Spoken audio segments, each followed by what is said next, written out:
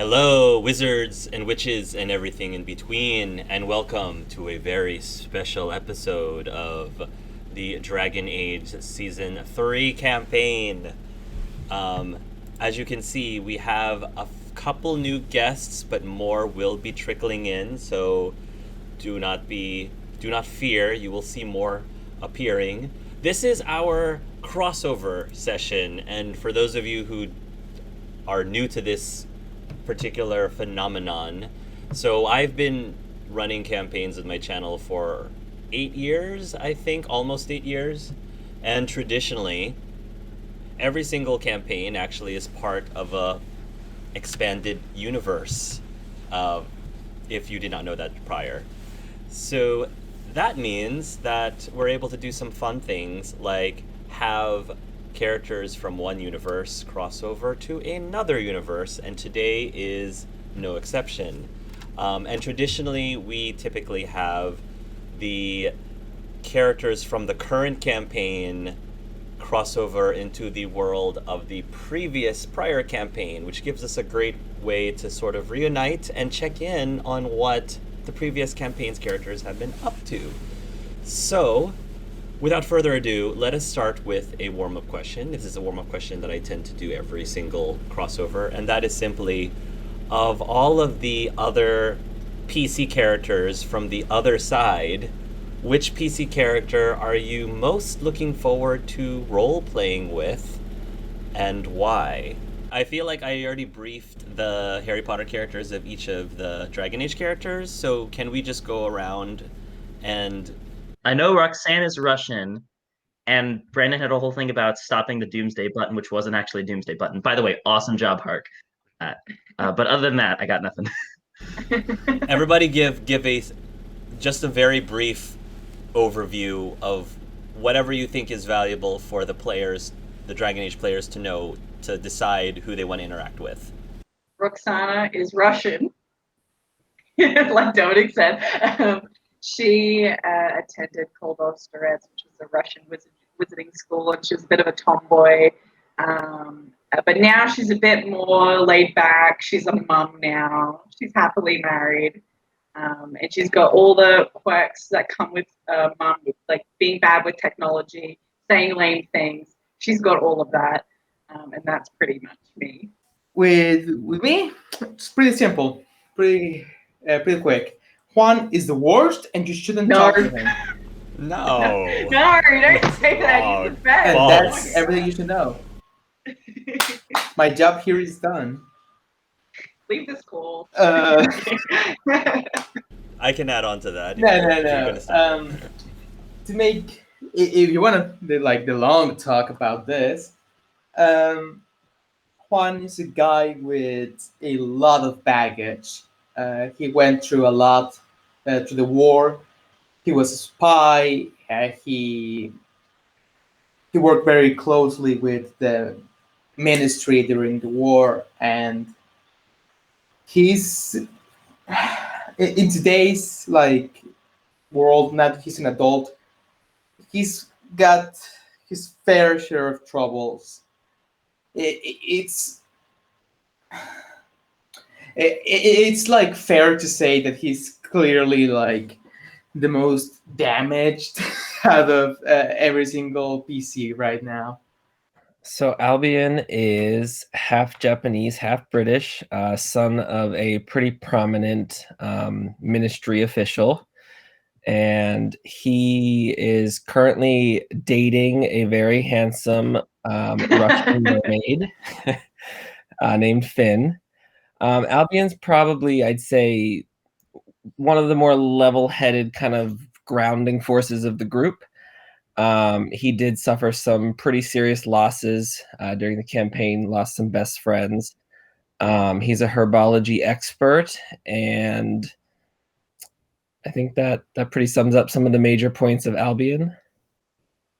And the jury is still out on whether or not Albion is still a secret spy all this entire time. Wait, hold on. Albion's still only dating Finn. They didn't get married. When are they getting married? Been a year. Well, I think it depends on where we're at in the timeline. I think we're not quite to the epilogue yet. Is that correct? We're about like a two years ahead. You're a year. It's only been a year since the finale. Yeah.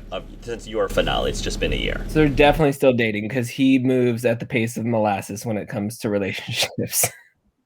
We will see about it. Those two have been dating since high school. Yeah, they move Literally, and slow. it's still that very.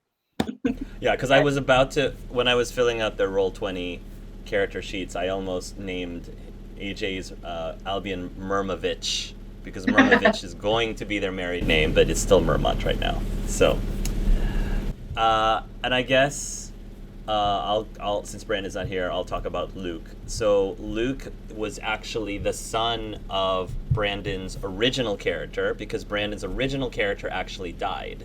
His main PC died.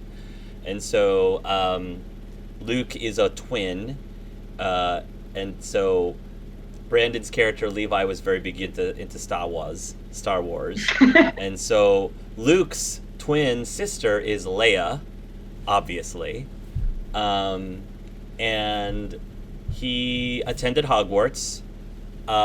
He's very different from his dad. His dad was sort of like a kind of a happy-go-lucky,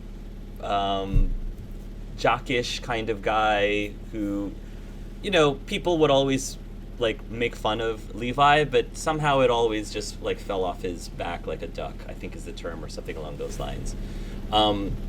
Luke, by comparison, is a little bit more angsty. He's not as much of a risk taker as his dad. He's a lot more studious and takes, you know, his studies very seriously, mostly because his mother, Chessa, it was this basically like the Hermione kind of the campaign. She was very smart, but she was also like good at everything else as well. And his special gift ability is he and Leia are both kind of sort of able to see things happening, not in the future, but see things happening elsewhere, anywhere around the world. The only gotcha is he can't hear anything that's happening. He can only see what's happening, and Leia cannot see anything that's happening. She just hears what's happening. So in order for them to get the full picture, they have to like combine notes. Wasn't it the other way around? Couldn't Leia see it and Luke could only hear sorry. it? Yeah. You're right. Sorry. Luke could only hear, and Leia can only see. So they only get partial of the context. Thank you for correcting me. Cool. All right. So given all that, I will start with the Dragon Age players. Which of those characters are you most excited about role-playing with, and why? I think I'd be very interested in seeing Pasha and Roxana kind of play together, because from what I remember of Roxana's personality, I feel like they're very similar. And I feel like either that could go really well and they become like a crime-fighting duo, or it could go horrifically wrong and they kill each other. Like probably the latter. Yay. I think that Leon and Juan would be a good pairing, as Juan is very, you know, he had the whole, I'm going to lie a lot. And Leon is, I'm doing a lot of lying. So, you know, it'd be nice to, you know, see consequences of actions, as well as, you know, maybe pick up some tips and hints about, you know, how to better influence others. Haha. What you talking about, Mr. Blood Mage? What you talking about? Nothing. If you want to talk about consequences of actions, you're with the right man, bro. Oh no. Sam, what is Rosie's best skill? What is one of her best skills? As in like other than her biotics. Oh, like what is her herbology and looking at plants? Yeah, that's. So you would know what subject your girlfriend excelled at, is what you're saying. Yes. I don't see how you're similar to Juan at all. I don't see how you're similar to Juan at all. Oh my god. That is unfair and biased. That don't that wanna be gross out of will that be thing. that gross will be on Comedy Central, guys. You'll be sure to have to pay a premium for it. I guess I'll say Juan because there is some similarities there with the whole loss thing, or Albion too. So I can see Albion as well. that's what I got. Okay. I don't know much of the cast yet. I've only seen some episodes, but I think Tyrion would probably go with Albion maybe, since he's Tyrion's a doctor quote unquote now. So maybe like with Albion being a parabiology, maybe they could share some notes and all that. But also since Albion did go through some struggles, and now Tyrion is going through his own level of struggles that he went through, maybe you see like how they would sort of cope with that maybe. So I can see something like that maybe. Yeah. And mechanically, Albion was the healer of the group, so Yeah. that makes a lot of sense. Yeah. Mechanically, at least. Yeah. Well, I guess that does leave me here. So I feel like there's really only one answer, and I feel like I'm getting stood up right now because he's not here. But Aw. Luke, like me and Brandon are so similar player-wise. Like we're both the glue. We both failed our interview, and character-wise, I feel like we're going through the same thing. You both have facial hair. Yep. It's crazy. It's crazy. Basically the same person. Brandon still interviewed way worse than you. Yeah, well, It's just- that's not Brandon. I don't know. Thank God he's not here. Watch him show up now. You know what they say: speak to the devil and he'll show up. To be He's fair, gonna he will watch- be- Well, I'm just he'll be saying. the first person to tell you he did not interview well. It was bad, bro. Ditto. I'm just saying we have not seen Tommy and Brandon in the same room together. So That is a very good Oh, point. You know what? that's Yeah. true. Oh. Yeah. That's a good When point. Brandon gets on call, Tommy. I mean, that's up there Tommy with the, drops out. Tommy drops out. yeah, that's up there with the moon landing on biggest conspiracies of our day. Yeah, definitely.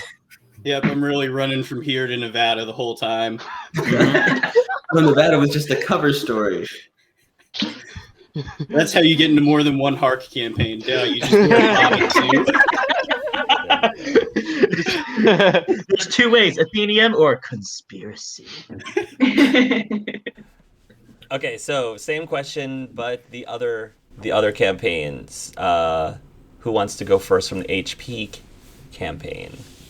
For what little I know about the Dragon Age campaigns, and what I've heard, what the characters are like, I think that Juan would pair the best with Leon. If Leon is the Blood Mage, if I'm not mistaken, then with the Blood Mage. Yeah. Definitely. Because I do see resonance between the two characters. I was gonna say, like, at least in the beginning of the campaign and during Juan's audition, he struck me as a very like happy-go-lucky kind of guy, very young and naive, and be like, hey, I want to be everybody's friend. I'm the nice guy that is super, super friendly to everyone. Let's all get along. And I saw a lot of that in Leon too at the beginning as well, and then stuff started happening to him. And yeah, so I think that's very, very, very, very accurate. Who wants to go next? I think out of everyone, probably Russo, because I think we got a lot of the same sort of family shenanigans going on. Roxy's all about their kids and looking after her son. And also, we kind of got like, we had similar things going on with our love interest, where like nobody trusted mine and nobody trusts yours either. So like we kind of got like a lot of similarities going on. I feel like I could give you some pointers. I feel like I could give you some advice. I like it. So this may be a little biased because I did help with the interview, but aside from helping with Pasha's interview, I do think I get kind of similar vibes between the role that Albion played in his group and what I probably foresee kind of Callista playing as Pasha, kind of like the grounding force of the group. And from what I remember of Pasha's interview, and I don't know how much of this tied over, but she lost someone important to her during the interview. So I don't know if that's part of the story still, but I think that if it is, that's something Albion would tie to. But it sounds like some of the other players maybe have went through some loss as well. And I heard someone mention herbology, so obviously Albion's ears perked up when I heard that. So it sounds like Sam maybe is connected to a character. So through that connection, maybe Albion would strike some sort of similarities between them. So, but yeah, either way, I think any of them are going to be fun to roleplay with. But that's who kind of stood out from an Albion point of view. So the one I'm most excited to roleplay with is I believe it's pronounced Tyrion. That's the doctor, right? The doctor. That's me. Okay, awesome. Yes, right. I'm definitely. Tyrion, I could read sometimes, but I'm most excited to RP with him because watching just some of his stuff and his backstory, I feel like him and Luke, because Luke's whole thing is like reading minds and stuff. I feel like there's a lot he can kind of dive into when he reads his mind. There's a lot in his past that he's gone through and a lot of things he's done that I can, work with in a RP session. Let us begin with the Wizarding World. So this again is a year after the events, a year after the tank event is what I'll call it. Genius plan. Whoever plan. go on with that is. Yeah, that's a good advice for the Dragon Age people. If you want to be the big bad guy, use tanks. It works. We had already talked about tanks. We'll so thank take you for the nukes if advice. you got them too. Yeah, definitely useful. Well, tanks for the advice. I'm the most trustworthy of all of them. Give the tank advice to Pasha, please. Just Agreed, nothing bad definitely. will happen. Nothing Pasha like a thanks. nuclear world war, anything like that, or conquering from a religious cause will happen. Hey, your Absolutely world's nothing. not real. You can have a nuke. I don't care. Oh wow! You already went there. Shots fired already. Wow. Wow. Okay. Mic drop. So out of character, the Dragon Age characters already made their shopping list. So we'll see how this goes. Okay, Wizarding World players roll initiative. So Jordan, we're gonna start with you. Okay, this is gonna be fun. I don't know what you're gonna do. Jordan, we went over scenes with everybody ahead of time except for Jordan. So Jordan's a little bit of a surprise. So Jordan, you are at your bar. This is the bar's in Africa, right? Where I don't remember. In Morocco. The bar is in Morocco, and your bar's been around for a while. It's been very successful, and is it safe to say that at least in your general area or just in your as a business in general, you tend to be more progressive, and by progressive I mean you're open to having sentient humanoid creatures, no matter who they are. Like, you don't discriminate, blah blah blah blah. Yeah, it's pretty much like as long as no shenanigans happen, you can show up. Like, yeah. So, let's say it's later in the evening, not late, but it's not super crowded at your bar at this moment, and in walks for the very first time. This is probably a new patron that you've never seen before. Is this gentleman? I would say a relatively young gentleman. Probably you're not even sure maybe if this gentleman is legally able to drink alcohol yet. And this gentleman is named Oliver. Sam, can you please describe Oliver? Please.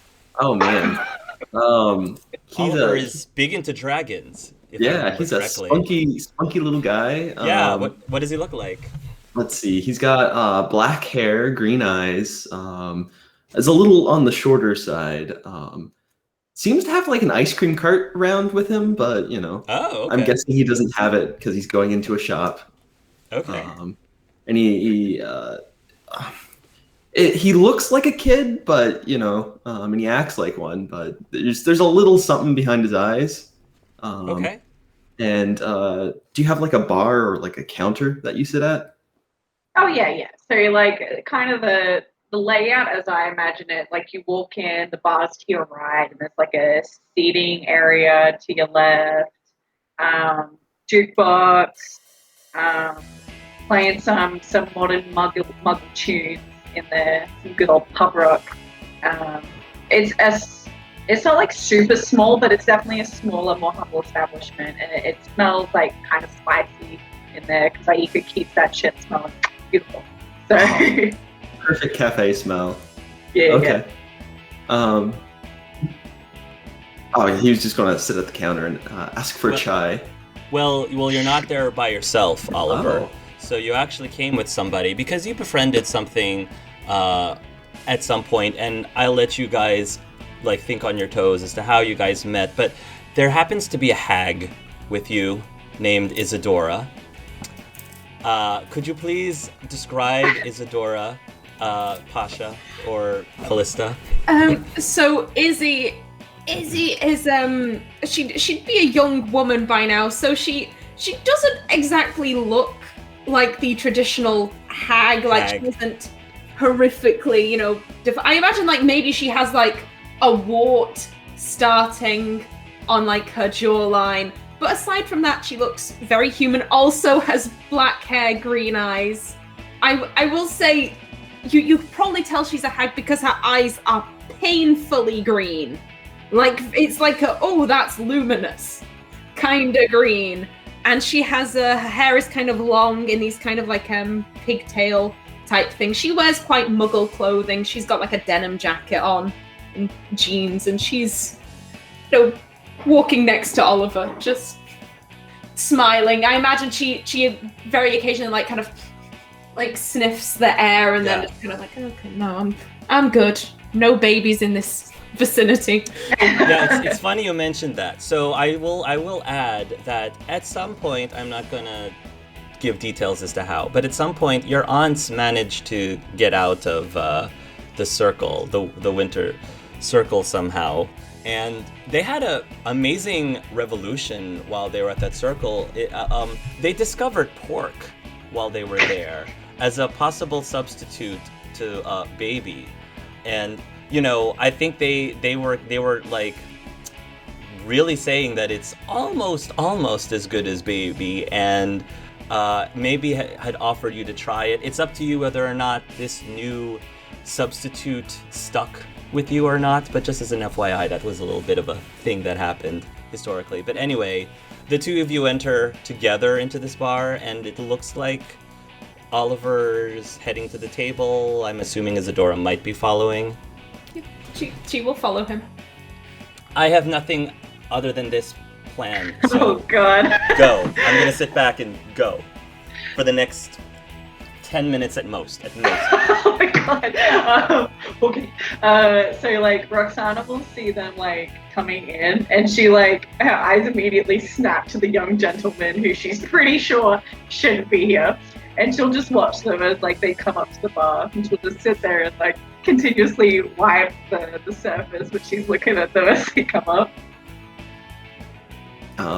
Can I have a chai? Like the latte? Yeah, or do you have orange soda? I have juice. Oliver, you said, come on, try a beer, for heaven's sake, please. I mean, I guess. Drinking is fun, come on, buddy. Do it.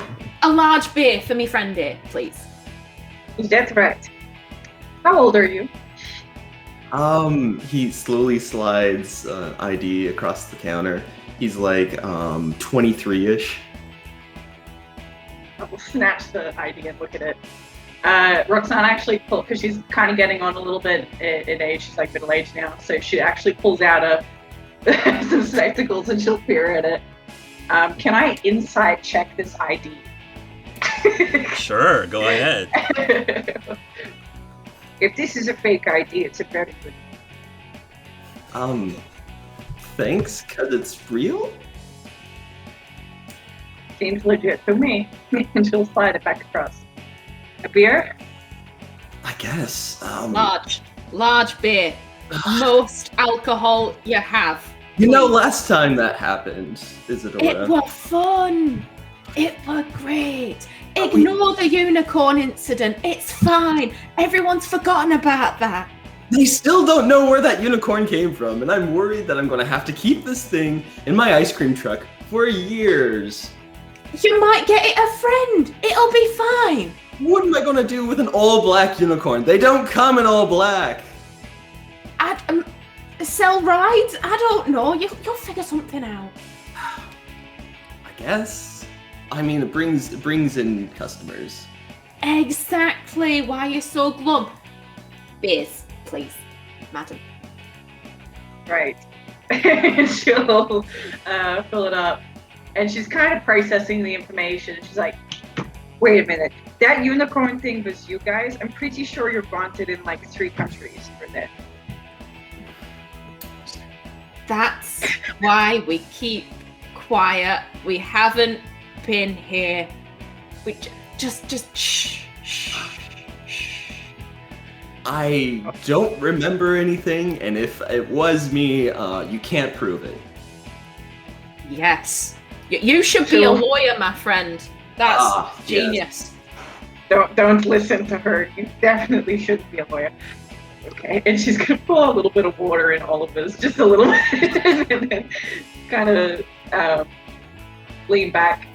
You guys are a little bit far from home. You don't look like you're from around here, or sound like you're from around here. Well, you know, people travel far, and I got to keep this one from doing unsavory activities sometimes. That were one time I tried to break into a nursery and you won't let me forget it. Come on. In how many years? But, you know, we almost got caught, and I don't know about you, but I like not being in a tiny box, and, you know, kids are a little bit my customers, so... It almost got caught. You actually did break into the nursery. Well, I did. He came in after me to stop me because he is a good friend and a good parolee. Like, he keeps me on the straight and narrow. So good. It's been a rough one. But, you know, she's better. He sort of pats her on the shoulder. I am a reformed character, except for that one slip up. We don't talk about this. Except for thinking of yes. You are probably the 2 most interesting people for me in here for a while. Be dead lately. Nice to have this level of excitement. Yeah, normally we don't get this personal. It's fine. It's fine. See, drinking makes you open up, Oliver. It's good for you. It's cathartic. Drink the drink. Drink the drink. And she's just going to start moving it toward drink the drink. There you go, mate. There you go. Do I need to make a constitution roll, or? I think you need to make a constitution roll and probably perception just to make sure Isadora didn't slip something into your drink just now. Oh dear. Because that's pretty sus. So the first one's the constitution. Oh no. And the second one's the perception. Oh no. Okay. Yeah, you my friend are gonna be out, or at least if not out, then just you know. Very shenanigans, yeah. He dies. He dies. Well, to the next one. Hey, a 12 for shenanigans. Okay. Please don't burn down my bar. It's already happened once. What is Drunken Oliver like? So, you see, Isadora, if you combine the Ice Wave and Sprinkles with the Choco Chunks and mix in just a little bit of Fire Flakes, you get a cinnamon mint flavor that just melts in your mouth and only burns down one building. Do you want to try it? No, this bar's already burned down once. We're not doing it again. Sprinkles from nowhere. You're funny. Thanks. I'll tell you what, Oliver. Let's try that. But maybe there's a nursery nearby. Yeah, Maybe. we can take Pumpkin. The pumpkin's the unicorn. Yeah. Yeah, let's go show the kids the unicorn. Like, she's like a little bit of saliva. It's like she's just like Maybe we can get a friend for Pumpkin. I'm sure he'd like that. more unicorns. I'm gonna pass her tissue, and I'm gonna quickly dial Aika wherever he is. She kind of, I'm sorry, Izzy's gonna look at you. Are you phoning my parole officer? You doing No, that? No, I'm talking like you. I started almost going into like a northern accent. God damn it. I'm just calling my husband. It's okay. What the fuck are you? The phone answer says, "Good evening, my little piglet. What can I do for you this fine evening? Is this how you call it, booty call?" What? No. Maybe later. How far away are you? I am currently out gathering some ingredients for Mother for supper tomorrow. Did you need me to pick something up? A fire extinguisher would be good. I beg your pardon. Wait, did you burn down the bar again, No. sweetheart? Okay, first of all, the first time, that's my fault. Second of all, no, I just got some patrons here. They're talking about eating chili flakes and stealing babies. It's getting a bit of a handful. Oh. I don't know if she's being serious about stealing the baby part. Does it seem like they're gonna get violent? That pause was way too long than it probably should have been, sweetheart. I had to think about it. Listen, look, you know what? Just try and get home a little quicker. Because I'm short-staffed today. Med is somewhere. I don't know. Well, I'll tell you what. Let me go wrap this up, and I will get over there as soon as I can. Thank you. Okay. Hold Love you. the fort. Love you as well. And he'll hang up. He's running late. Yeah, no, well, I would it's just me slowly watering down their drinks until Aika gets there. Or like slam some coins, a little bit too much coins on the table, and say, "Let's go onward to Pumpkin." And Isadora will kind of dance out of the bar to say, "Pumpkin!" Yeah, to the crash. Every time I'm serving other patrons, I'm like, I am so sorry about this. Yeah, I'm sure the patrons are all watching this spectacle, and half are probably amused, and the other half are like, "What did I just walk into?" And yeah, cool. So you'll be able to close up shop, and who knows if they frequent your bar again. I'm not sure, but they are not welcome back. I'm kidding. Okay, good to know. They're definitely welcome back. Good job, Isadora and Oliver, or as I would like to call them now, Isadoliver.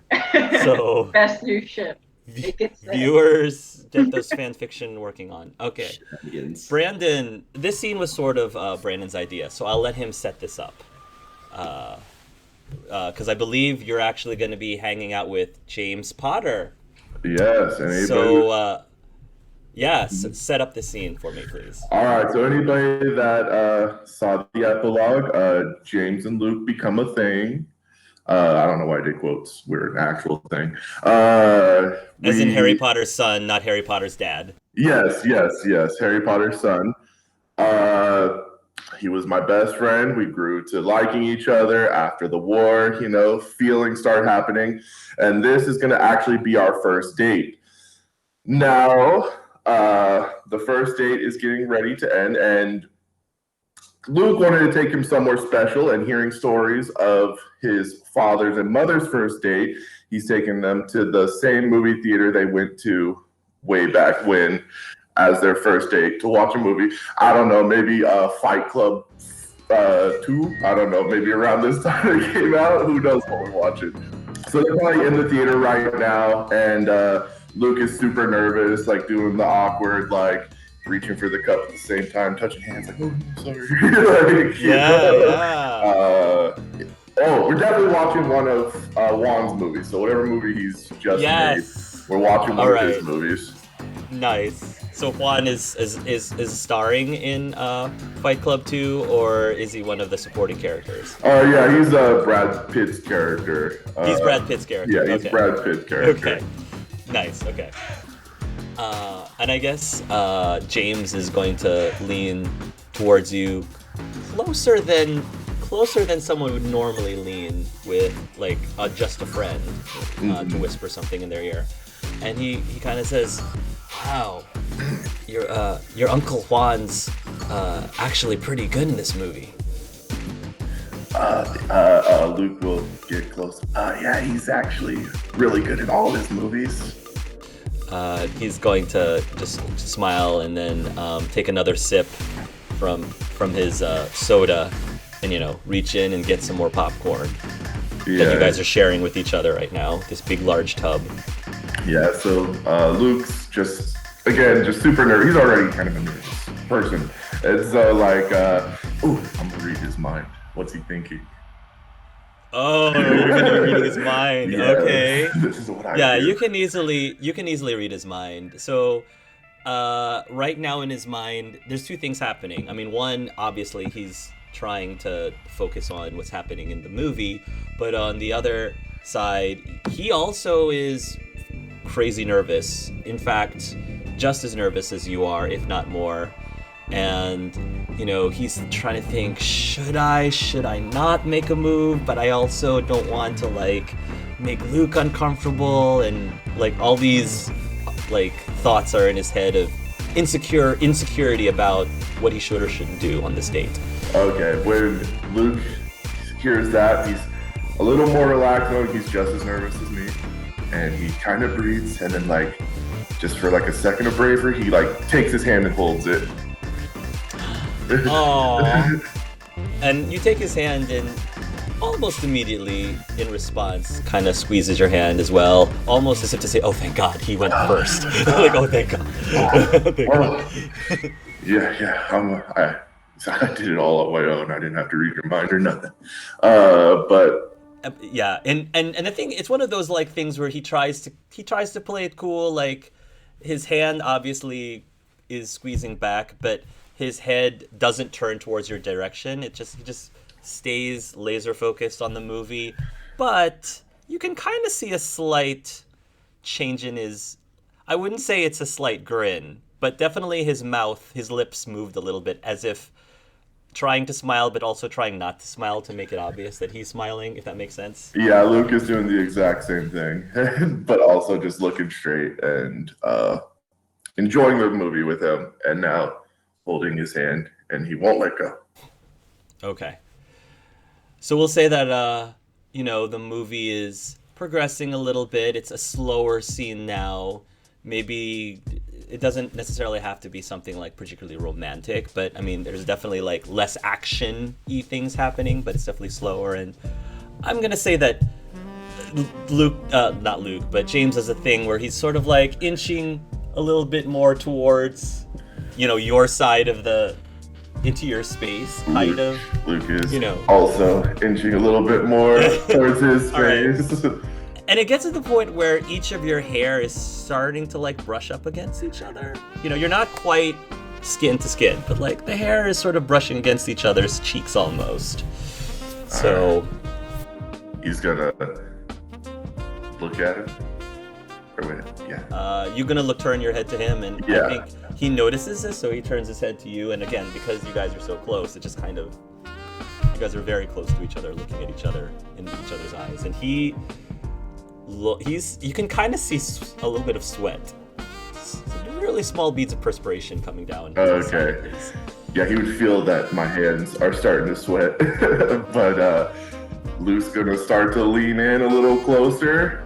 He's gonna lean into closer, and James starts to lean in closer, And then all of a sudden you hear an "Aww" from behind. You hear an "Aww" from behind, and you look up, and there is Leia, sitting right behind the two of you. And you didn't know that Leia... You had no idea that Leia was right behind you. In fact, you didn't even know Leia was in this country, much less this movie theater. But Leia happens to be there with another boy herself. This is Frank Longbottom.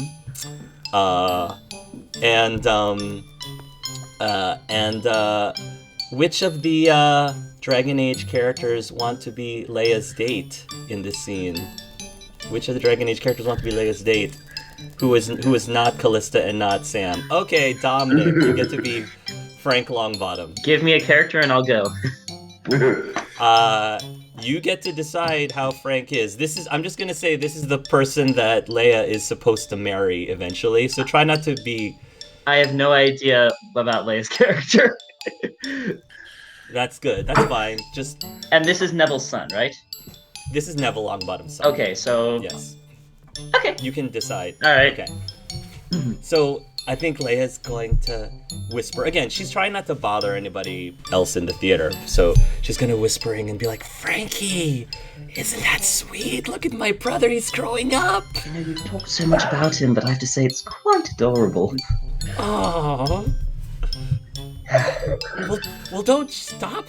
Don't stop when it's getting good, brother. No, please, go on. He's gonna stand up and look at them and be like, "You guys, both of you, I don't know you. Leia, you just ruined a very important moment in my life." What? Well, I am your supportive sister. I don't judge. Couldn't you have support from a couple rows up?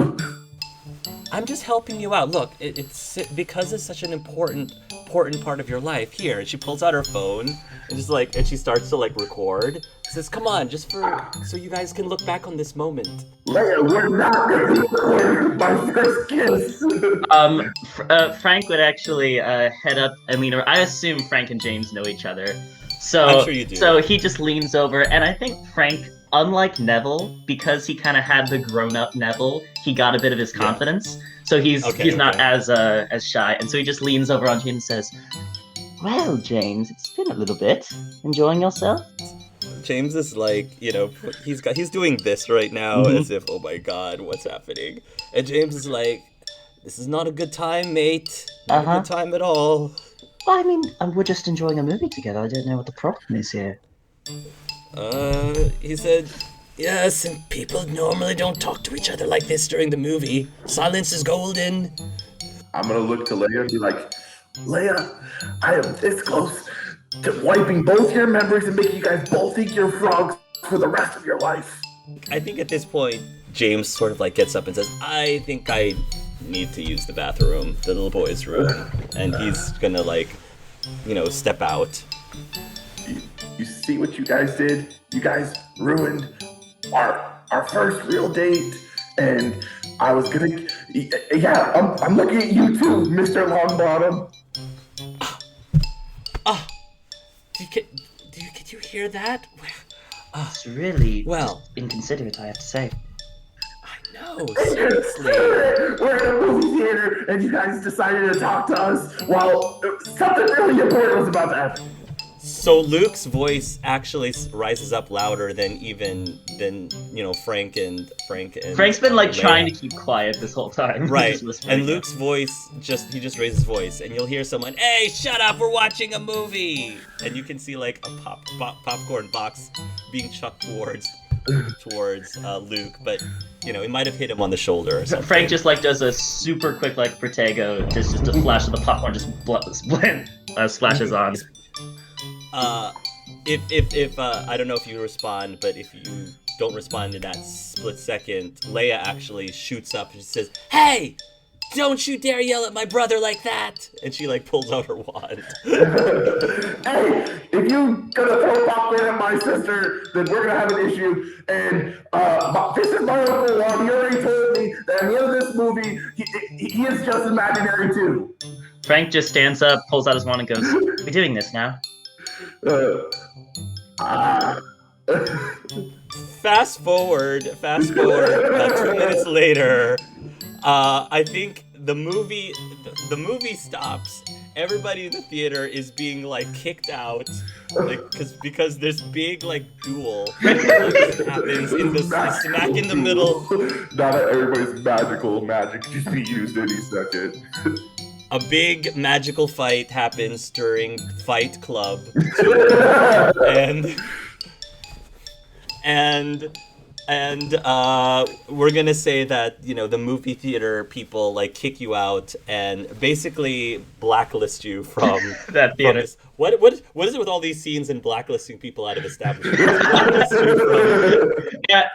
As everyone's going out, Frank would just kind of say, "Well, I didn't realize we'd reenact the movie. That was fun." Yeah, the nerve. So, Luke, do you wanna go and grab a bite to eat with us then when James comes back? It can be a double date. I mean, if James wants to, we can. But right now, I'm not happy, Leia. I'm gonna let you know that right now. And Longbottom, Mr. Longbottom. Frank, yes. Frank, okay. Nice to meet you. Didn't know you two were a thing. It's been a while. A pleasure to make your acquaintance. And do be gentle. We're not a thing. We're just friends. Uh-huh. Oh. And Frank just kind of goes. And Frank is like, When he says that, I read his mind. I want to see what's on this dirty pervert's mind. Okay. What is in Frank Longbottom's mind right now? I don't have a specific image, but what's your game? I'm just Frank? gonna say to sum it up in one word: smirk. Okay. But not in like a derogatory, mean way. Just like a keep telling yourself that kind of thing. At this point, James will run up to you guys and say, "Hey, Luke, what happened? I was trying to come back to the movie, and they shut the room down." Oh yeah, you know, this nice romantic date I had planned, and you know, to represent like my mother and father's first date ever. We could never come back here. Oh man. Oh, he looks really disappointed. It's okay, Luke. I still had a great time. Oh, it doesn't have to end. Leia and Henry Longbottom. Frank. Henry works too. Okay, yeah. Mr. Franklin here said that we can go with them to go eat if you want. I think after all this excitement, I probably would like to get something to eat, maybe some dessert or something. Cool. Why don't we catch up with you guys there, wherever it is you guys want to meet?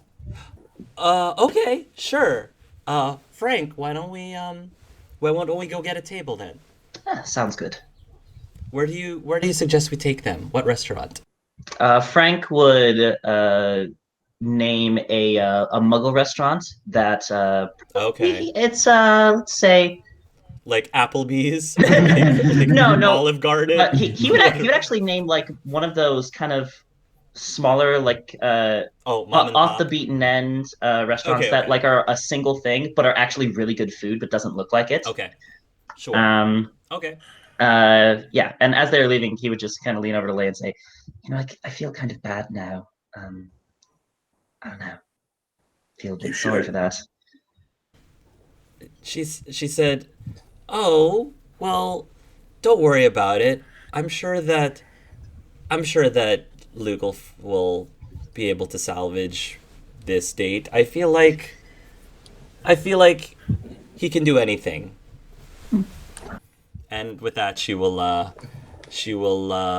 walk off with you. And James and Luke are now by themselves outside of the theater. By this point, a lot of people have sort of dispersed, and he's kind of just standing there, and he hasn't said anything to Luke. So, should we start heading to the restaurant then? And he's kind of like rubbing the back of his neck. in a second. Let's just have a few moments together alone. Yeah, that'd be great. Do you just stand there, or what do you do? Before he finishes sentence, Luke kisses him. Nice. Nice. So, yeah, you lean in. Jordan, what does Luke do? Hold on, Jordan, what does Luke do? Yeah, what does he do?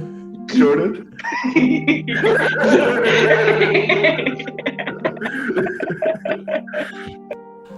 You and James share your very, very first kiss, and is this Luke's first kiss too?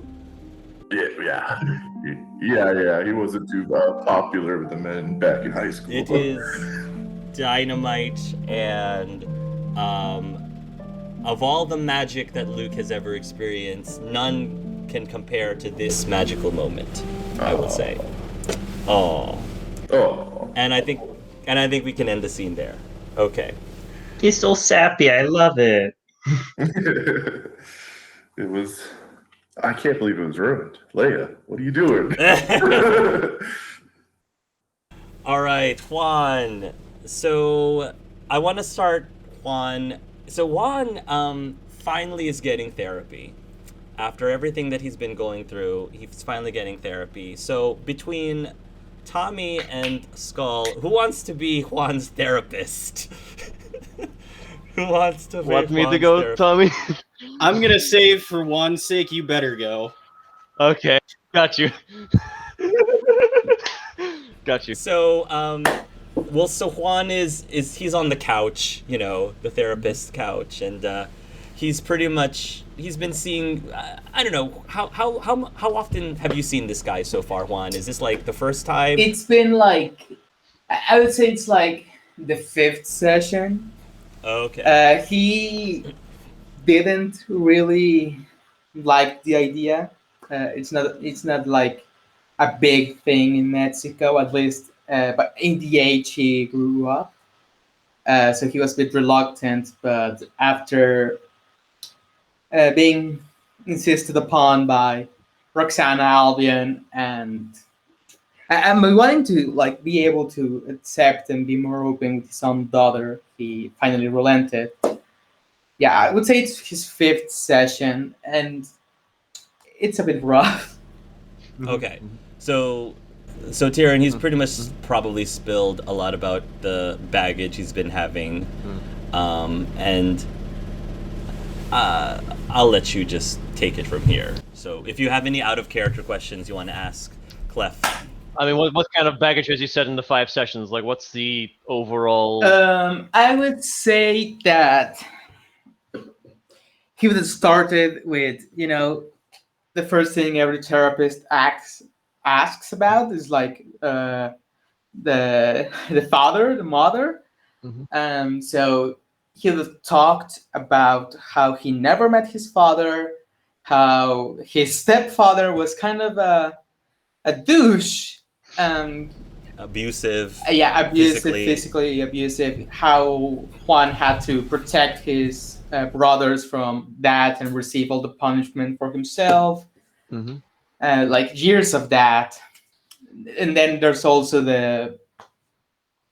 I would say that he would just start talking about the war, because that's a very sensitive subject, and his time as a spy, how he started to feel like he was losing himself in all the new roles, and guilt because of what he learned after the war a little bit, that one of his best friends from childhood, Levi, died a mere meters away of him, and that because of doing his job as a spy, he could not save him. So he's just starting to talk about the tragedies of war. Alrighty. So yeah, right now, let's name him Dr. Murkowski. Okay. This is And he's sort of like sitting there. He's waiting for Juan to like continue on like whatever he's sort of talking about. He's just waiting and listening. He's got like a notepad open and a pencil. So, Doctor, like I was telling you last time, I keep on having dreams. It's last night. I was in the middle of, I think it was Germany. I was sent to deal with one of the terrorist groups there. The same one that attacked Kolbostrovets. I already pronounced that name. I just remember acting like a robot, just walking there, listening to the orders, going into the battlefield alone, a rick of my wrist, and then thousands dead. Dropping like that. I saw an 18-year-old kid. He was just there, gun in his hand, but the face of horror in his face as he fell and died. And I woke up shivering, cold sweat around my body, and I couldn't sleep anymore after that. This dream has taken a toll on you. I can see that. Yeah. But this is a dream that has been recurring, or just yesterday? I guess you could say it's recurring, but it's always something different. Sometimes I'm in Germany, other times in Nevada, all around the world, but all the same stuff. Just getting there and setting the world on fire. I see. For a veteran of the wars, you have gone through so much. How has your career been? Has these dreams, My career. To be honest, Doc, sometimes I feel like I'm just escaping. You know? Escaping. It's easier to pretend to be someone else if you don't like who you are.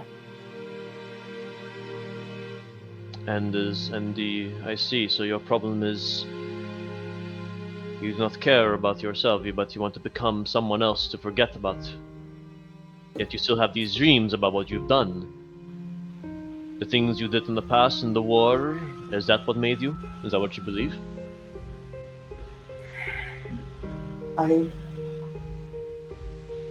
I can't really say. I feel like there's always been this part of me deep inside, and that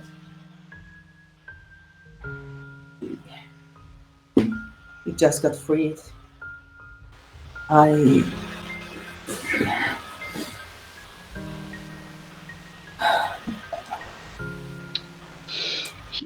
Murkowski sort of sees you as he sees you, like in that he's just going to kind of close his notebook a bit.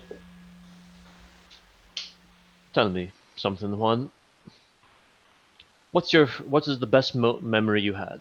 The one best memory you could think of in all of your life? A good moment, huh? Well, I can think of two, maybe. It's better than nothing. I guess so. I remember a holiday party right after the end of the Zodiac Games.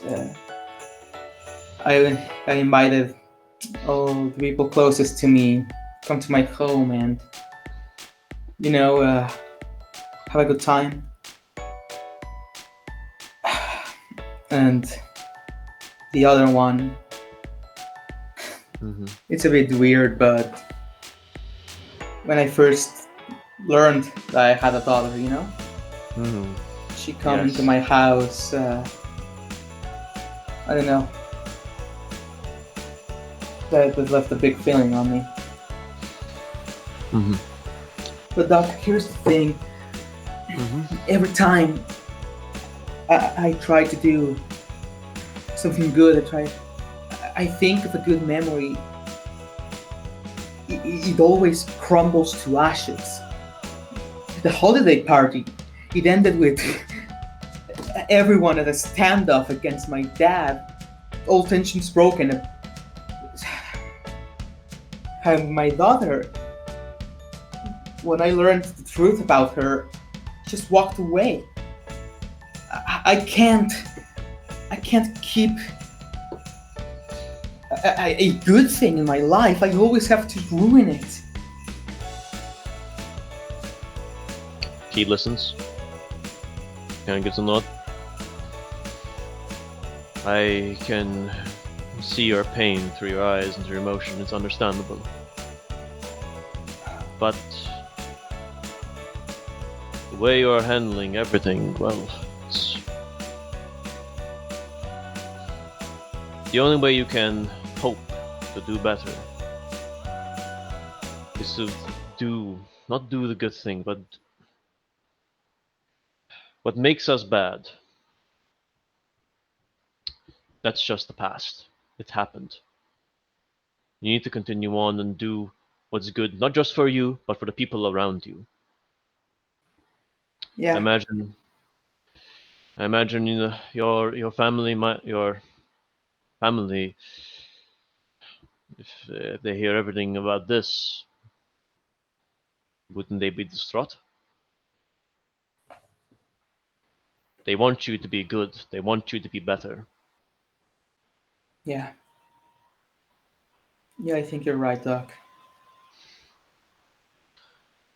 The bad moments will always be there. It will always haunt us. We just need to face them and make sure that we are safe. He looks at the time. I believe our time was almost over. Okay. He sort of stands up, puts his hand to you. Thanks, Doc. No problem. We can reschedule. We can reschedule in 2 weeks' time. Okay. See you in 2 weeks then. See you in 2 weeks. You leave the doctor's office, Juan, and then sometime after, you can tell us how soon after, you decide to do something that you haven't done before, I think. Yeah. After having a talk with his therapist and being mulling it over actually for a real long time, he will take out his phone and look at the contact he's had for a while now. He will finally decide to open up and call. And Juan will be calling his daughter for the first time in a long, long time. You dial or press on the contact Ximena, and it rings for a little while, not super long, but eventually the receiving end picks up, and she says, "Hello? Hey, Ximena. It's Oh, it's you." Yeah. Yeah, it's me. Okay. What's up? I guess I just wanted to see if you want to talk face to face one day.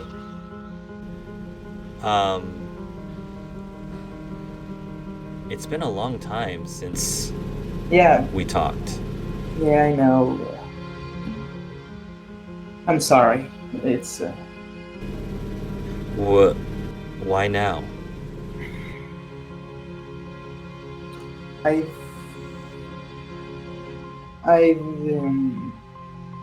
been working on improving myself. I started going to therapy, and wow, really?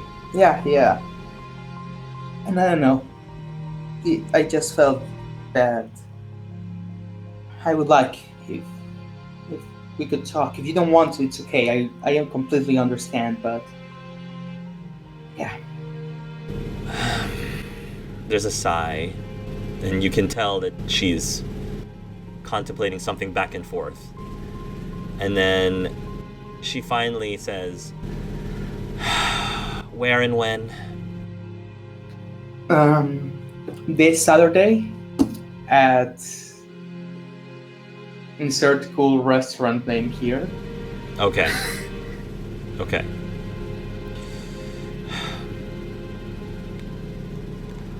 When, have you spoken to Mom at all?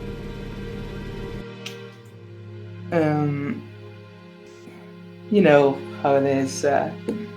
We talk here and there, but I also need to call her. She's, why don't we talk before you do? Okay. That seems perfect. See you this Saturday. Yeah.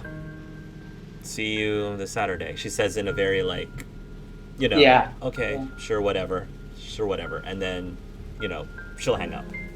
Yeah, Juan will just stare at his phone for a bit before putting it down, getting in his car and driving home. Okay. I'm going to end the scene right there. Okay, interesting. It's a big step, though. It's a big step. Huge step. Jordan unmutes, crying noises. For you guys in Dragon Age, you don't know. So basically, after meeting, Juan discovers that he had a daughter after who knows how long. She's like almost an adult when he finally meets her. But there's a big but. It turns out that his daughter is dead and that she's a ghost possessing a comatose girl. And when he finds that out, he again severes and leaves once more. Mm-hmm. So it's a very interesting moral dilemma because this girl's body, as I said, has been in a coma, and they actually were going to pull the plug. So they actually were going to, they were actually going to let her pass. But Ximena is essentially giving this body another chance at life by possessing. So it's almost like a symbiotic relationship. Okay. So it's an interesting. So the ghost of Juan's daughter is possessing a girl who was probably dead but might not have been.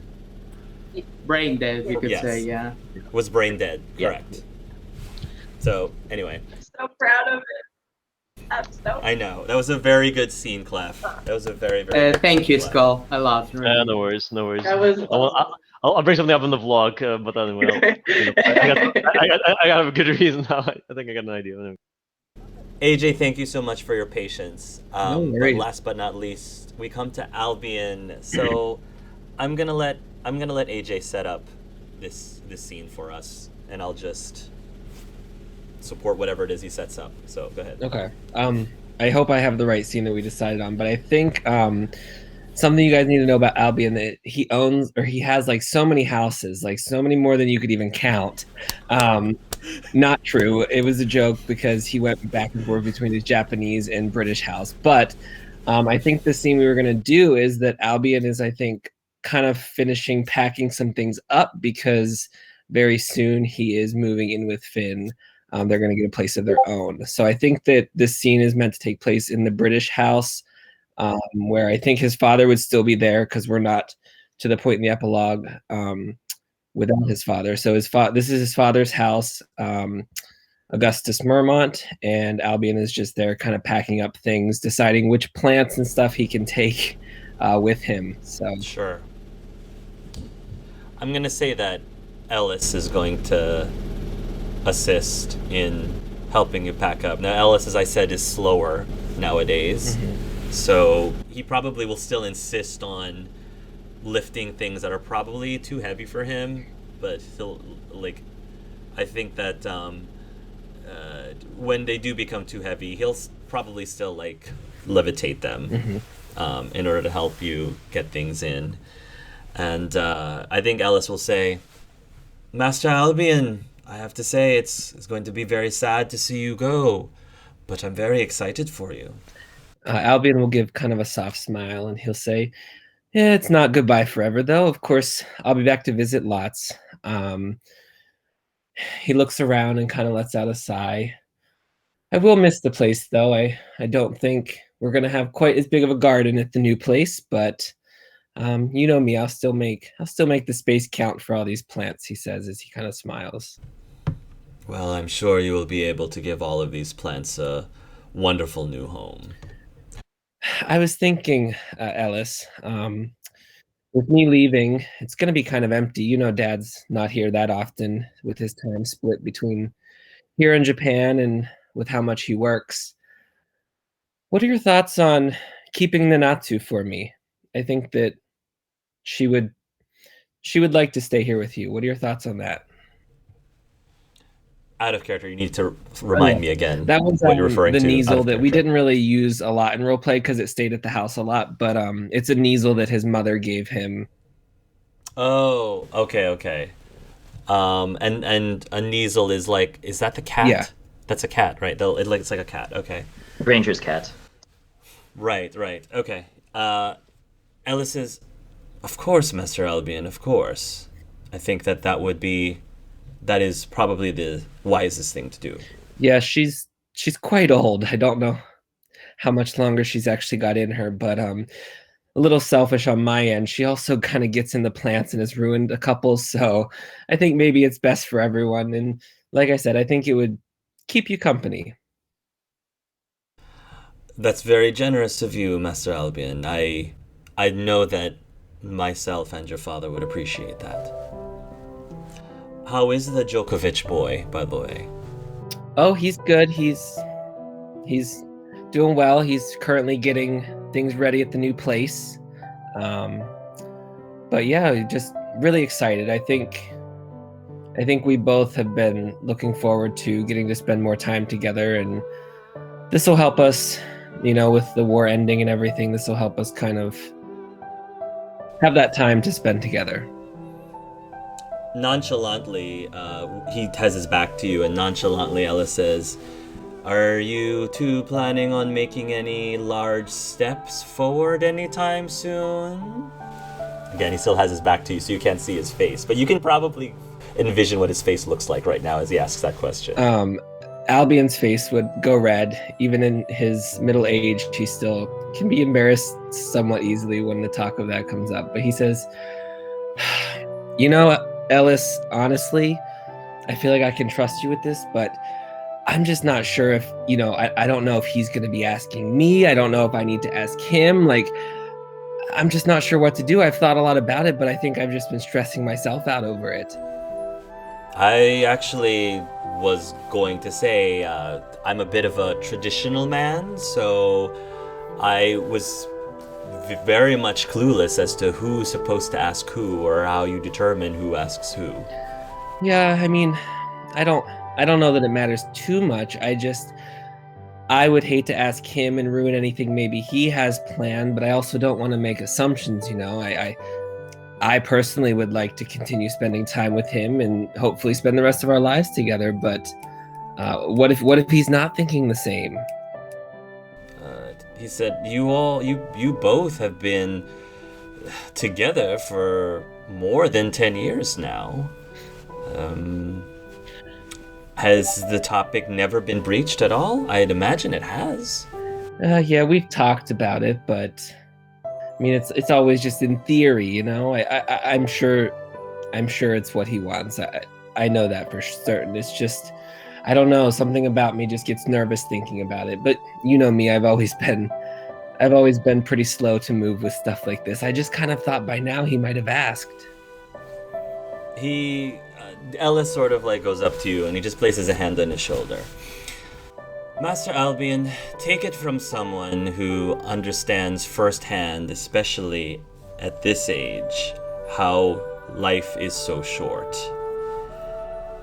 I think that, if anything, especially with what's happened during the war, you of all people should also know that better than anyone. So, I think that you have full control over your destiny with this boy, and if this is something that you truly want, you should take the initiative and go for it. He just kind of nods and is shaking his head.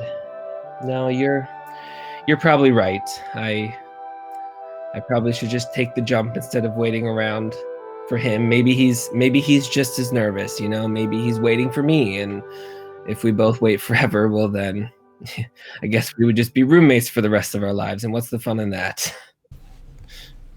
That's very true, he says.